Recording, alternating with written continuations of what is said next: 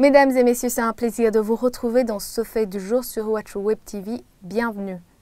Le contrôle pharmaceutique qui se fait au Burundi suit une loi qui a été mise en place en 1980. Cela facilite la circulation des médicaments contrefaits.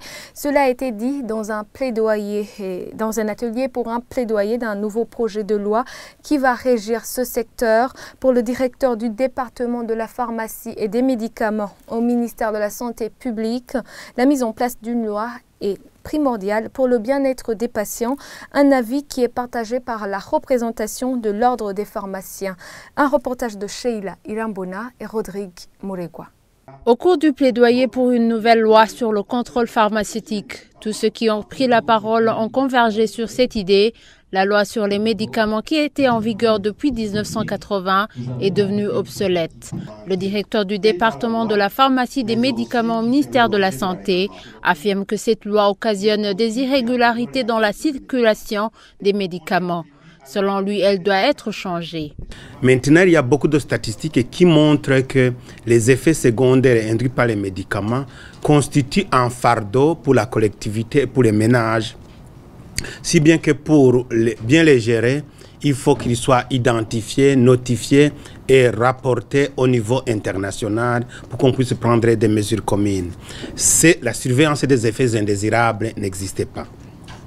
La contrefaçon des médicaments est devenue un fléau actuellement mondial.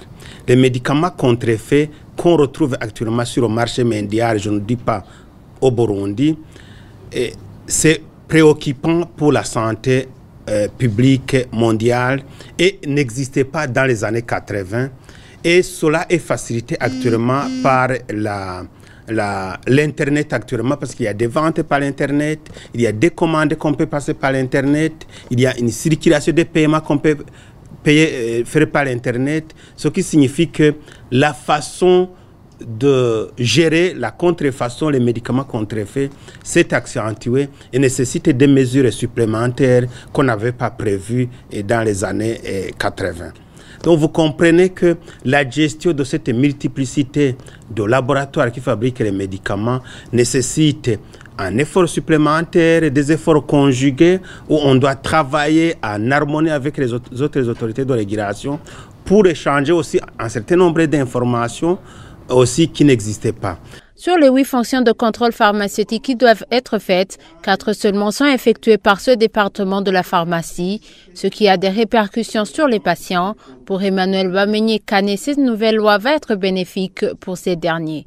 De façon directe, il y aura une réglementation accrue sur l'utilisation des médicaments. Parce que pour le moment, vous voyez, là, il y a beaucoup d'établissements pharmaceutiques qui vous donnent des médicaments, mais dont on ne maîtrise pas complètement le circuit de distribution de ces médicaments. Ça va être amélioré et on sera très vigilant par rapport aux laboratoires qui nous envoient les médicaments. On sera très vigilant sur la qualité des médicaments et on sera très vigilant quand je vous ai dit des effets secondaires des médicaments. Ils vont être rapportés en premier lieu par les utilisateurs, et donc les patients, la population. C'est ce genre de rapportage qui concernera d'abord les patients et qui vont nous servir d'améliorer la qualité des services offerts puisque ces réactions indésirables vont être notifiées dans les notices que vous voyez dans les médicaments. Ça, c'est un des exemples. Mais il y aura aussi la réglementation du prix du médicament parce que vous savez que, par exemple, la réglementation du prix des médicaments n'est pas correcte actuellement parce que si bien que dans le secteur public, les médicaments ont un prix fixé, quand vous allez dans le secteur privé, les prix des médicaments varient d'un endroit à l'autre pour le même médicament. Or, tout cela, ça va être réglementé et en faveur de la population. L'Ordre des pharmaciens de son côté salue une loi qui viendrait réguler ce secteur.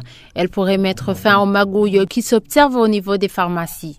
Il y a des problèmes liés à la gestion du médicament. Il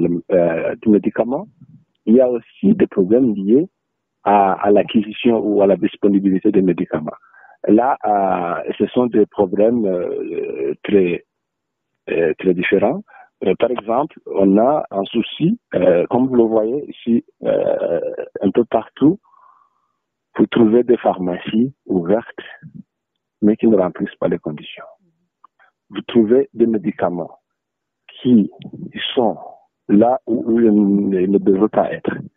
Vous trouverez des médicaments qui sont en train d'être dispensés. Je mets entre parenthèses le mot dispensé parce que des fois, ce n'est pas une dispensation, mais c'est de la vente illicite.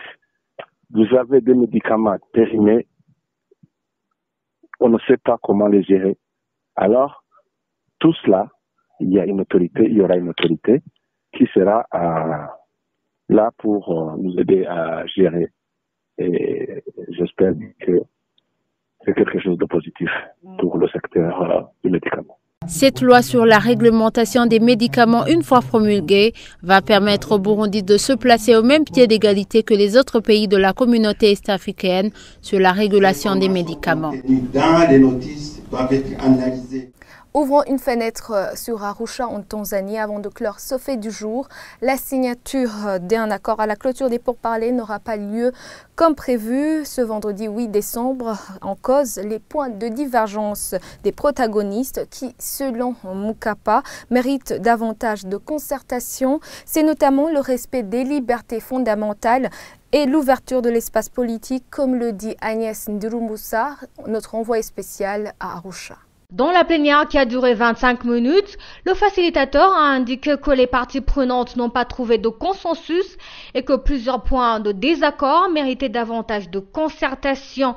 Parmi les points de divergence, le facilitateur a notamment relevé le respect des libertés fondamentales, l'ouverture de l'espace politique, le respect du droit souverain de modifier la Constitution. Toutefois, souligne ce point de divergence, une telle modification de la Constitution devrait être inclusif et le produit d'un consensus. Mukapa a relevé également comme point de divergence la levée des mandats d'arrêt et l'amnistie aux détenus politiques. Ainsi, l'accord qui devrait être signé en présence des chefs d'État de l'EAC ce vendredi n'aura pas lieu. Mukapa a souligné que le travail produit par les protagonistes sera soumis à la médiation et au sommet des chefs d'État de la communauté est-africaine pour orientation.